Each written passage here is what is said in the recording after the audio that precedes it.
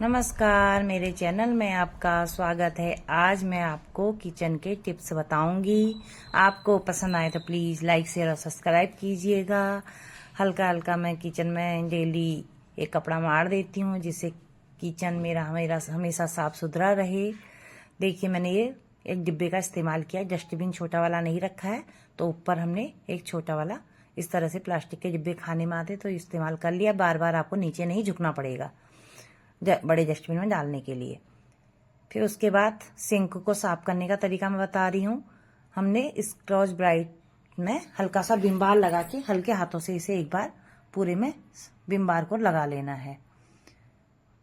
बहुत ज़्यादा हमने इसे रगड़ना नहीं है, बस बिल्कुल साबुन खाली हमने पूरे में फैलाना है। ब्रश की सहायता से अब हम इसे साफ करेंगे। ये बहुत ही क्लीन हो जाता है। टूथब्रश हमारा जो बेकार हो जाता है उसका हम यहाँ पर इस्तेमाल कर सकते हैं।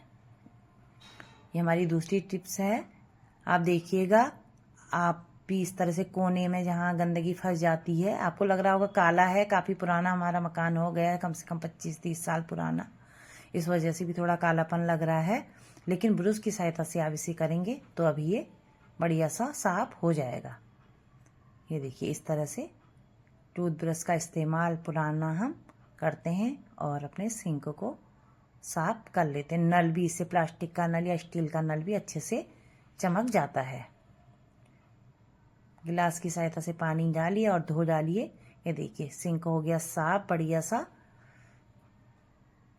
किनारों में बार बार वाइट सीमेंट लगाने की वजह से कालापन थोड़ा पड़ गया है। ये देखिए, अब तांबे के बर्तन को मलने का भी हम बहुत ही आसान तरीका आपको एक बताएंगे। पीताम्बरी तो मार्केट में मिलती है, अगर पीताम्बरी नहीं है, थोड़ा सा आटा लिया, उसमें मैंने सेंधा नमक का यूज करते हैं हम खाने में, तो वही डाल दिया। आप जो भी नमक यूज करते हैं उसको डालिए। आधा नींबू निचोड़ लीजिए, घर में कोई भी नींबू पड़ा हो, या नींबू नहीं है तो आप यहाँ पर सिरके का भी इस्तेमाल कर सकते हैं। मैं यहाँ पर थोड़ा सा सिरका भी डाल रही हूँ। आप दोनों में से एक ही चीज भी डाल सकते हैं, दोनों चीजें भी इसमें मिला सकते हैं। इसको अच्छे से मिलाने के बाद हमने बहुत ज़्यादा इसको रगड़ना नहीं है, हल्के हाथों से ही हम नींबू के छिलके से इसे मलेंगे और बहुत जल्दी ये चमक के हो जाएगा तैयार। पूरे में हमने आटे का जो भी घोल बना रखा है उसको पूरे में लगा लेंगे इस तरीके से और हल्के हाथों से इसे इस तरह से रगड़ लेंगे। हर समय ज़रूरी नहीं है कि घर में पीताम्बरी पड़ी हो, कभी नहीं होती है। बर्तन हमारे, हम कहीं बाहर गए हुए थे तो रखे रखे तांबे के बर्तन काले हो जाते हैं, तो इस बार ये ज़्यादा ही काले हो गए हैं।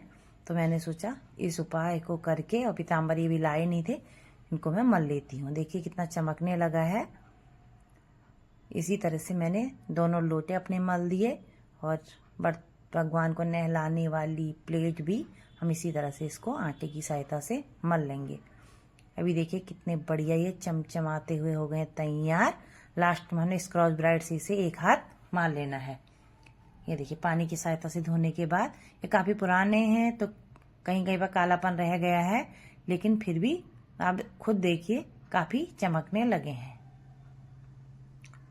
बिना पीताम्बरी की सहायता से।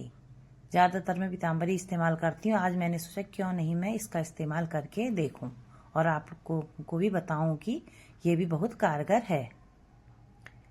ये देखिए, इस तरह से हमारे लोटे हो गए हैं तैयार चमचमाते हुए। अब मैं सिलबट्टे का यूज आपको बता रही हूँ। सिलबट्टा घर में रहता है, हम यूज नहीं करते हैं, लेकिन इससे कोई भी चीज़ आप बनाए बहुत ही स्वादिष्ट बनती। इसको हमेशा सिंक के बगल में रखिए, धोने में भी सुविधा रहती है। पीस लीजिए, उसके बाद फिर धो के यहीं पर रख लीजिए। मेरा हमेशा यहीं पर रहता है और खाना बहुत ही स्वादिष्ट इससे बनता है। चटनी बनाइए कुछ, और सिंक के बगल में इस तरह की आप बकेट रखिए जिससे पानी न गिरे, प्लेटफॉर्म आपका खराब ना हो। ये एक छोटा सा प्लास्टिक का डिब्बा था, इसमें मैंने छोटे छोटे पाउच रख दिए हैं जो हमें आसानी से मिल जाते हैं। घर में मखाने आप रखिए, भुने हुए मखानों को आप रख लीजिए 1 चम्मच घी में। ऑफिस जाने वालों के लिए सुबह का नाश्ता बहुत अच्छा हो जाता है।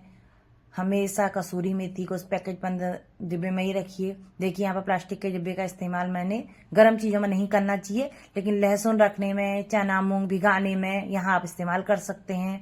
यहाँ पर देखिए, फिर से ये वाला टिफिन भी खाना में आता है, लेकिन कहते हैं कि इसका इस्तेमाल ज़्यादा नहीं करना चाहिए गर्म चीज़ों के लिए, लेकिन हम यहाँ पर मिर्चा रखने के लिए इसका इस्तेमाल कर रहे हैं। आप भी इस तरह से कीजिए, काफ़ी दिनों तक आपकी मिर्चा फ्रेश रहेगी। टिश्यू पेपर बिछा लिया, ऊपर से उसके डंठल तोड़ के हरी मिर्च हमने इसमें रख ली है। और नींबू को ताजा रखने के लिए हम आपको बताएं, गिलास ले लीजिए, कांच का ही गिलास लेना है, उसमें नींबू डाल दीजिए। जितने बड़ा गिलास हो आपके पास कांच का या जग हो उसमें आप डालिए और पानी भर दीजिए। इसको रख दिए फ्रीज में, ये भी आपका हमेशा फ्रेश रहेगा। इस तरह से हम रख देते हैं इसे फ्रीज में और ये हमारे हमेशा फ्रेश रहेंगे 1 हफ्ते तक। यहाँ पर हम कागज के बैग का इस्तेमाल आपको दिखा रहे हैं। जो कांच की प्लेटें आती हैं उनमें एक पेपर लगा रहता है, कांच के कोई भी बर्तन आते हैं तो हम लोग क्या करते हैं, जल्दीबाजी में उसे इधर उधर फेंक देते हैं और फिर प्लेटों को जब रखते हैं या बाउल रखते हैं तो आपस में टकराती हैं, टूटने का डर रहता है। तो इनको हम काट के इस तरह से यूज करेंगे तो ये कागज का बैग हमारा इस तरह से इसमें यूज आ जाएगा और प्लेटें आपस में टकराएंगी नहीं, टूटने का डर भी नहीं रहेगा, इधर उधर खिसक जाती हैं। अगर आप इसे लगा देंगे तो एक ग्रिप बनी रहेगी इससे।